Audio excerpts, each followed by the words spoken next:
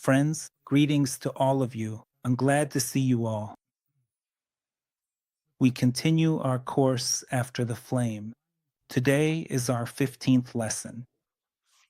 And as you saw, it was announced today in the announcement, our course is called The Indestructible Code of Paganism. We will talk with you about the path from martyrdom to deification and all sorts of cults. And with that, we will finish this week of understanding Christianity and Rome. Next week, we'll go even further, and we'll be talking with you from the perspective of Jewish history. Next week, we'll be discussing the period of 115 to 117 AD. We'll be talking about the Roman Empire under Emperor Trajan. We'll be talking about the revolt in the diaspora, that's Egypt, Cyprus, and Cyrenaica in the year 115. We'll be discussing the Kitos War in Judea. This is essentially the revolt in the diaspora, which very few people actually know about this event, that it even happened. But it was precisely this event that led us to the Bar Kokhba revolt. We'll be talking about the consequences of the revolts, the destruction of Jewish communities throughout the diaspora. We'll be discussing Rabbi Akiva. In the 6th week, we'll talk about Emperor Hadrian and his policies. This covers the years 117 to 132. We'll be talking about the year 130. This was the ban on circumcision and the plans to build a pagan temple in Jerusalem, which became the reason for the Bar Kokhba revolt. We'll talk about messianic expectations and the preparations for this uprising. And this remarkable story will give you an understanding of Israel's trajectory, and thus will help guide your understanding and thoughts toward what was really happening in those difficult, challenging times that were anything but simple. Today, we're wrapping up our week with the course Christianity and Rome. We've talked about the Romans' initial perspective on Christians. We've talked about Nero, we've talked about the persecutions, we've talked about the living torches. All this week, we've been discussing the real Christians who lived in the first and second generations, and why these true Christians rejected paganism, but did not reject the Torah. And they were monotheists following the laws of the Torah. Many branches of Christianity, such as the Nazarenes and the Ebionites, observed the commandments of the Torah literally, just as the Jews did, even though the synagogue rejected them. Despite this, they lived according to their own views and their own way of life. And by that time, two paths were taking shape: the Antiochian and the Alexandrian paths, which would eventually become two major forces, let's say Christian forces. That's it. Which force and which orthodoxy would prevail, we'll talk about later. Today, we are finishing this weekly course on the Indestructible Code of Paganism. And our particular lesson might very well be the most truly provocative in this entire course, as I have previously told you, because I am diligently trying to carefully trace the intricate path from the initial idea and the very blood of the first, earliest martyrs to the specific, established rituals that were thoughtfully created for the profound sake of these revered martyrs, and what all these significant martyrs have ultimately become, including even today in the current 21st century when they gather millions of people together. As I explained to you, paganism never disappeared, and Christianity did not eradicate paganism, but rather adapted to it very well. And paganism always finds new forms of adaptation. That's why the topic of our lesson today is the indestructible code of paganism within Christianity itself. In other words, by declaring a profound war on the pagan world, Christianity did not utterly destroy paganism itself. And in the end, it was indeed paganism that absorbed Christianity, thoroughly digested it, subsequently renamed it, and then adapted it to its own inherent needs.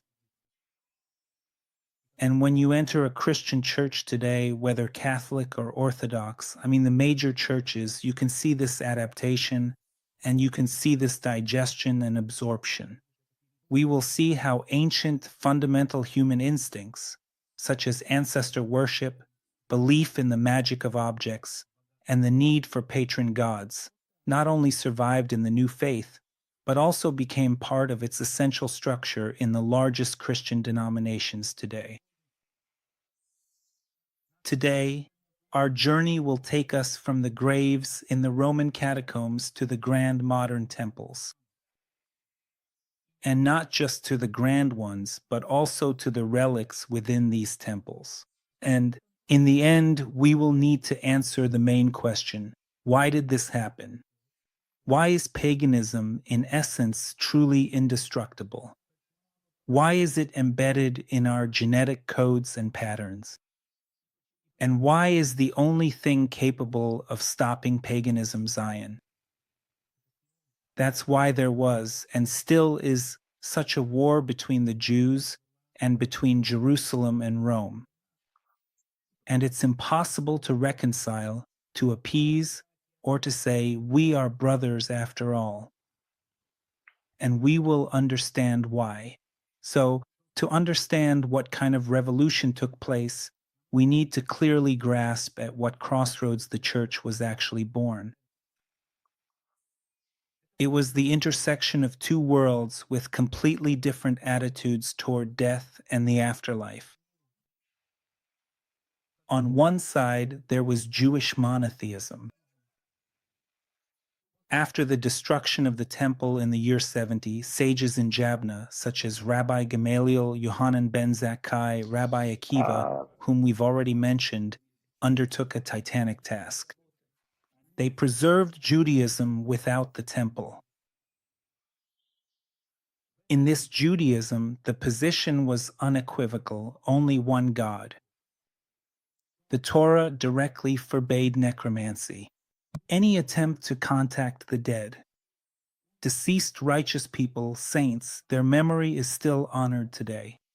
In Israel, the memory of the righteous and deceased righteous is still revered today. But any appeal to the dead is unacceptable. The chasm between the world of the living and the world of the dead is insurmountable. It is forbidden to pray to the dead. You can only pray to the Creator. Any intermediary in these matters is already a step toward idolatry. This was the first world in which the church was being formed at that time. The second world is Greco-Roman paganism. Here, of course, everything was completely different. Yuri, thank you. May the Creator bless your life. Greco-Roman paganism was densely populated with intermediaries. Great heroes like Heracles could become deities after death. The souls of ancestors were honored in household cults. People would turn to them for protection.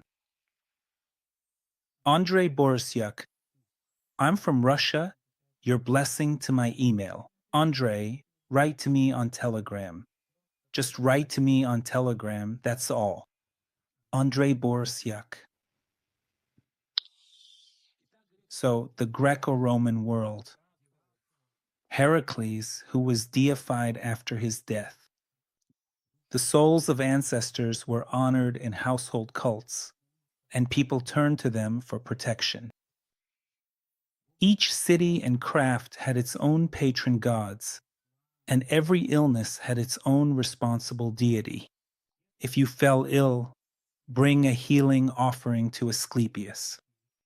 Going on a journey, make a sacrifice to Mercury. Endless sacred objects, countless holy places, statues of gods, amulets, relics connected to these heroes, temples. All of this was filled with divine power that could almost be physically felt and used. As I told you yesterday, the very idea of paganism is this: you scratch my back, I scratch yours. The early church, at least in words, fully embraced the first model. That is the Jewish model. But it was made up mostly of former pagans, for whom the second model was the cultural norm, because that's where they came from. And this internal conflict was inevitable, and it was resolved in the most unusual way. And the catalyst in all these processes was persecution. It was precisely the martyrs, as dead heroes, who became saints and were deified. Today, in Orthodoxy, for example, there is a huge number of cults of saints. People offer prayers, sacrifices, candles, gifts to them. With their power and icons, they protect everything. Do you think this just appeared out of nowhere? Of course not. The Roman authorities created new heroes martyrs for the Christian community. Whether they wanted it or not, that's what happened. In a world where there was no longer a temple or sacrifices, it turned out that it was the martyr who sacrificed their own life who came to be seen as the highest example of holiness. And this is where the substitution begins. The substitution lies in the fact that the martyr becomes your intermediary.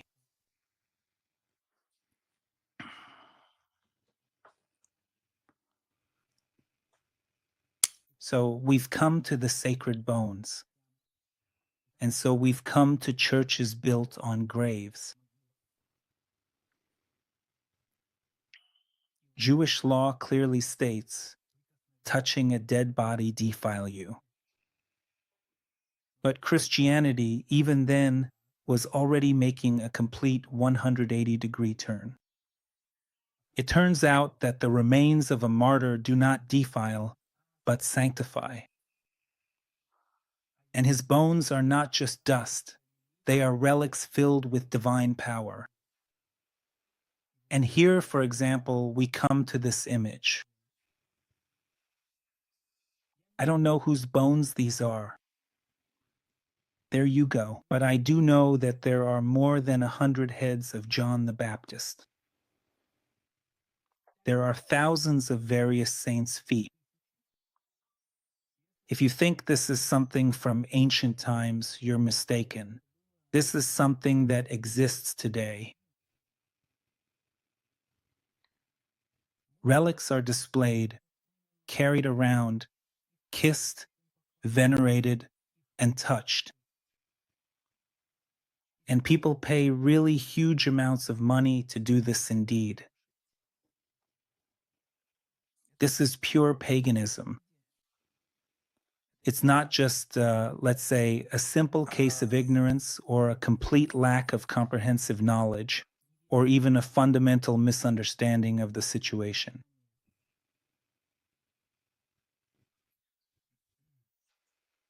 Strangely enough, it's precisely from here that the practice arises which defines all of Christian architecture. Now, you might ask me, on whose bones are the churches in Europe built? Only on the bones of martyrs. It was forbidden to build a church or a temple without having some kind of bone in the foundation. I'm not joking, I'm being serious. For example, St. Peter's Basilica in the Vatican is erected over the place that is truly venerated as the tomb of the Apostle Peter. The main altar, which is the heart of the Catholic world, stands directly above his supposed remains. In other words, the altar for prayer is practically standing right above the bones. Do you think that's impossible? It's absolutely real. Today's churches stand on bones, and inside the churches themselves there is an endless number of graves. Go into any Catholic church and you will see that around the perimeter or in the basements there is a huge number of graves of saints. And at the foundation of these temples there are also saints. It was practically impossible to build any church or temple without the bones of saints in its foundation. In other words, all the temples and all of ancient Byzantium were built on bones. On the bones. No more, no less.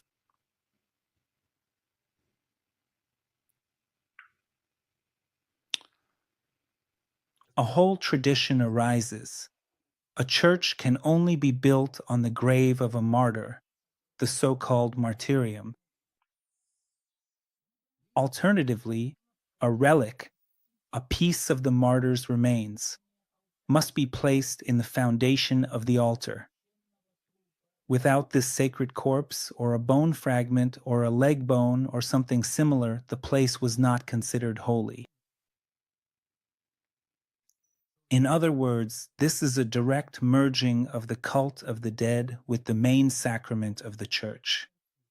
So when you enter a church, any cathedral, or anywhere else, you need to understand what you are doing.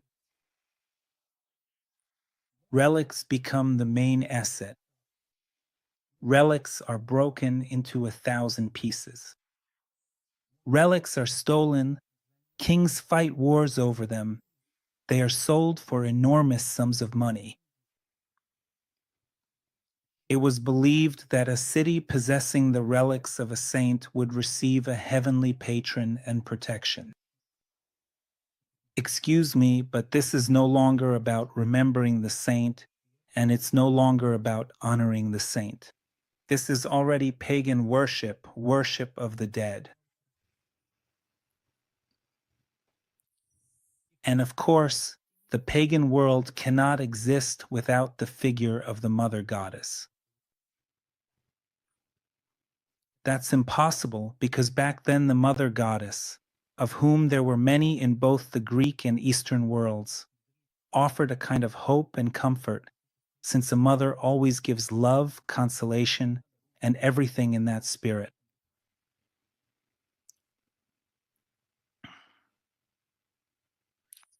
The Egyptians had Isis, the Phoenicians had Astarte, and the Phrygians had Cybele.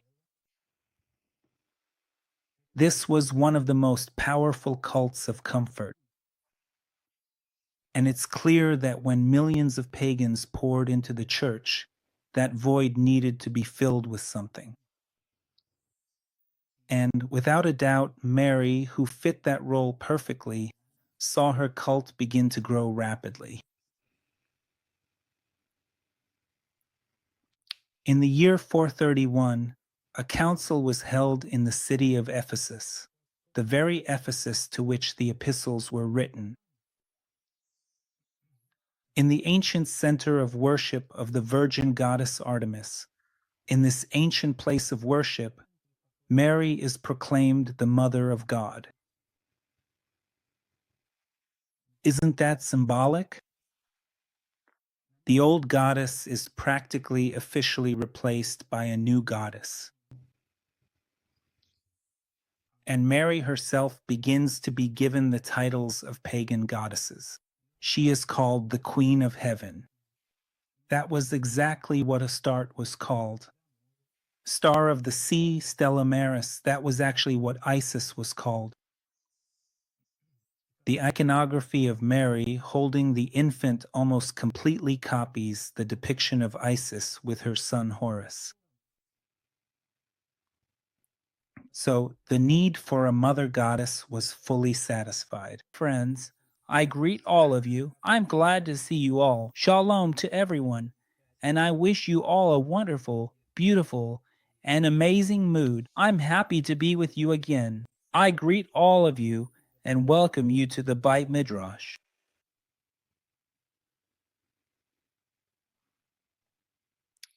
Alongside the goddess, a whole pantheon of holy specialists is being formed in parallel.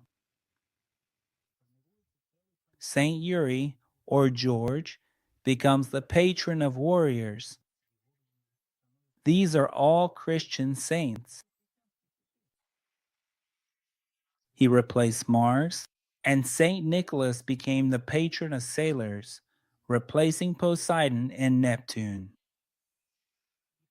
There are countless others I could list. Even 10 broadcasts wouldn't be enough for me to name them all.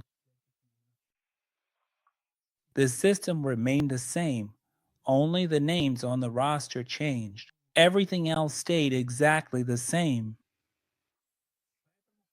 That's why the code of paganism is unchangeable. And, in fact, it's impossible to erase it. No dogmas or doctrines can wipe it out. The only real countermeasure exists on Zion. But with the Zionists and Jews, we're in a fierce war.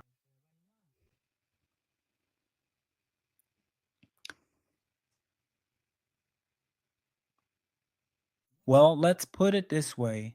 Maybe you'll say these are all things of the past. Hmm. But I'll tell you this right now, at this very moment, while we're talking, thousands of people are standing in lines at temples all over the world to worship fragments of bones, hair, and teeth of saints.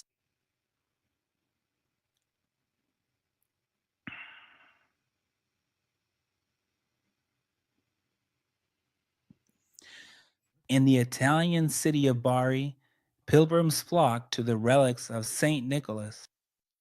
In the Cologne Cathedral in Germany, there is a huge golden sarcophagus where the remains of the three wise men are believed to rest. The three wise men. People believe that touching these sarcophagi heals them of all illnesses. For example, how is this faith any different from a Roman's belief in the healing power of a statue in the temple of Asclepius? In terms of its psychological structure, it's really no different. Every year on Holy Saturday, the ceremony of the Holy Fire takes place at the Church of the Holy Sepulchre.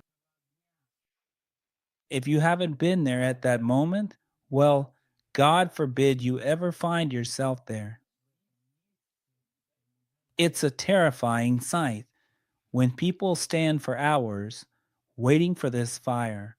Some faint and are passed along from hand to hand.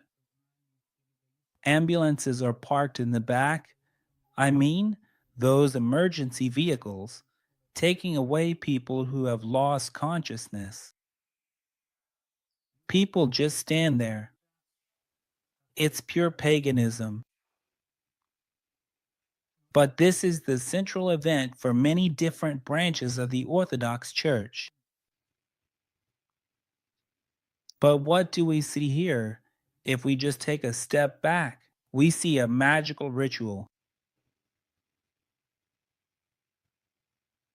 That is, on a certain day of the year, in the sacred center of the world, in Jerusalem, a fire appears in a supernatural way, the most ancient symbol of life and divinity. God forbid Jerusalem ever bans this. Are you serious? There would be a nuclear war. We simply have no choice. Yeah, come on over. Go to your fire if you believe in it that much. We actually have freedom of religion here, just so you know. But at its core, this is pure, primal fire worship built right into the Christian liturgy. In fact, it's a triumph of paganism over theology. And how has proper theology helped them, anyway?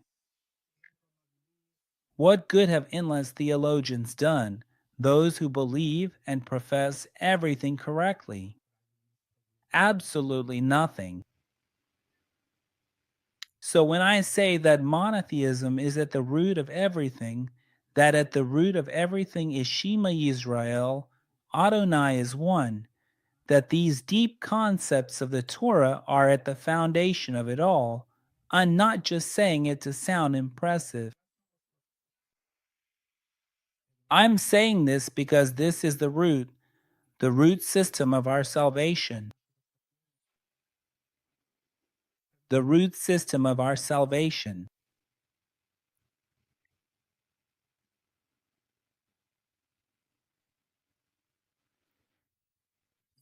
But the 20th century gave rise to new sacred centers that, in essence, operate according to the old pagan model.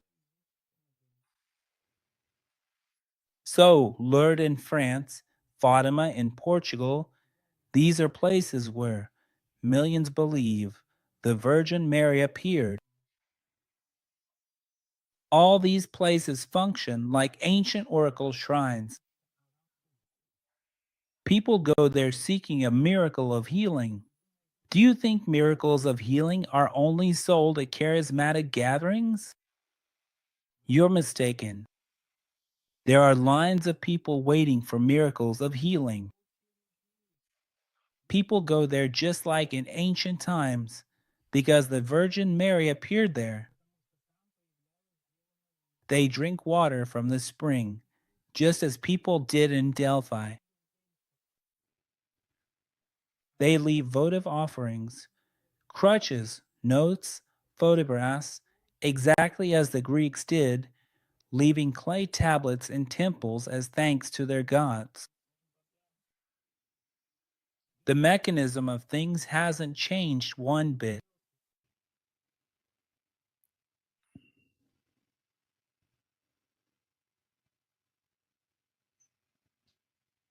Why has all this not only survived, but thrived?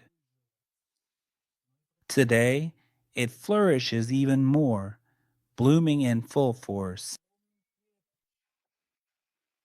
Why hasn't strict monotheism managed to eliminate all these practices?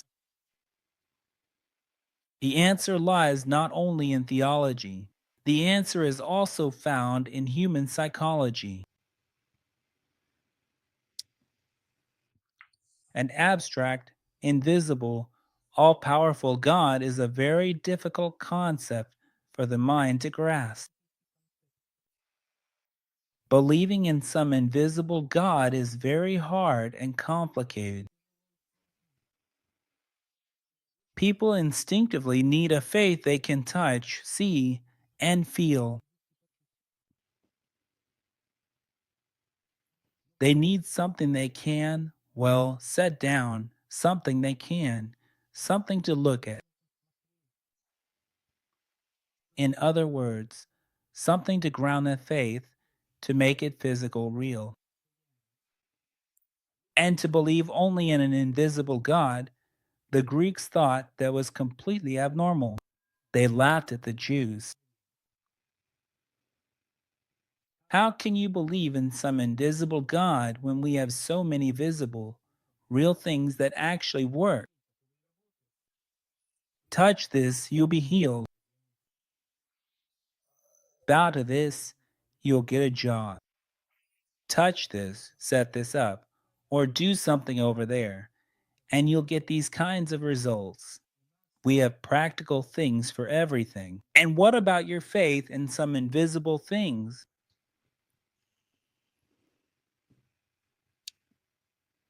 Praying directly to the invisible creator of the universe, the transcendent one? That's scary. How can you even pray to an abstraction?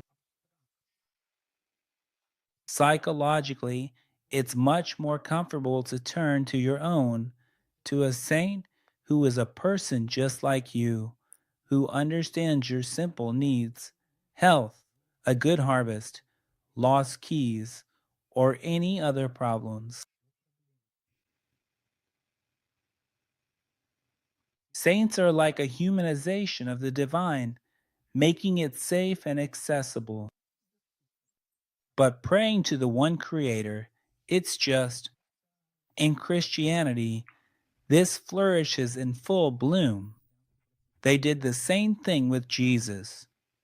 In exactly the same way, they turned him into exactly the same kind of cult. For thousands of years, our ancestors lived in a world inhabited by spirits, guardians, sacred places, and sacred objects.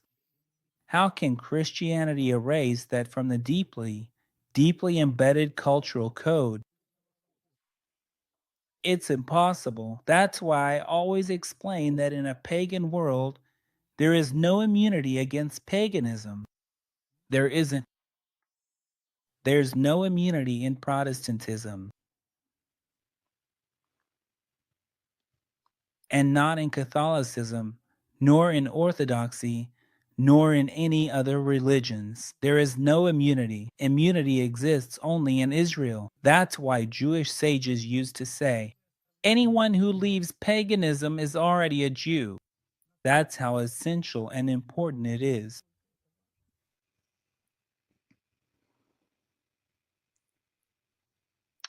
So Christianity took a smarter path. Instead of eradicating it, it took charge of it and renamed it. Forest spirits became holy hermits. Goddesses marry gods, goddesses. Mothers became the Virgin Mary.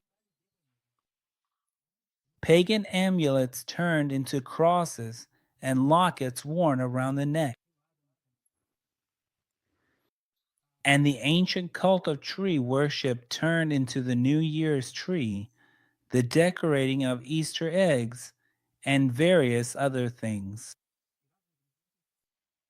Today, we don't pay attention to this because we consider it harmless trifles compared to all the problems in the world. Yes, we just enjoy ourselves. We drag our New Year's trees onto our stages. We simply enjoy life. We feel good. And if we feel good, then who says it's bad? Rosa, thank you. And really, if you feel good, who can forbid you or tell you it's wrong? And anyway, is there even such a thing as a Christmas tree in the Bible? Well, no, but there are sacred trees. We can find all sorts of connections there. They do exist.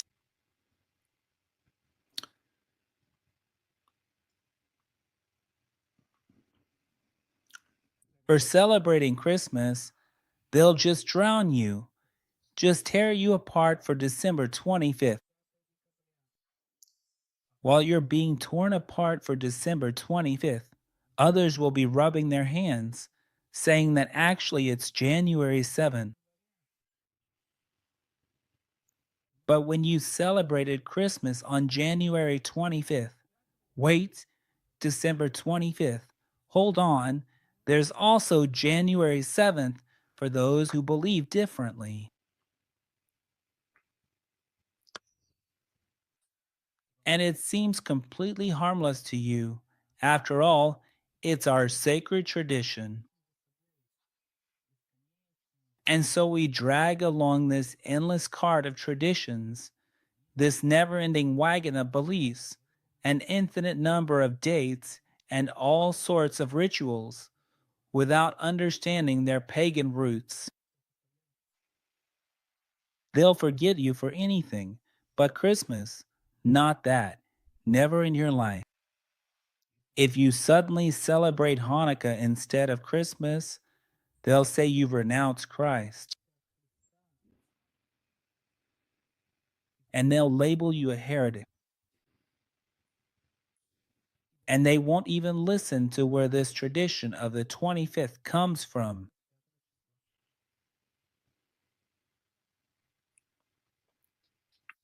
If Protestants do this, just imagine what the other denominations, which have flooded our entire planet, are doing. And that's precisely why the Creator desires to pull out the faithful remnant from within the church, those whose spiritual eyes are truly open, who at the very least ask a few pertinent questions today. And they tell you, but you're not Jews. Why do you need a Jewish way of life? Jewish life is only for Jews, but you're not a Jew. Why would you live that way? You're Gentiles, so stay Gentiles.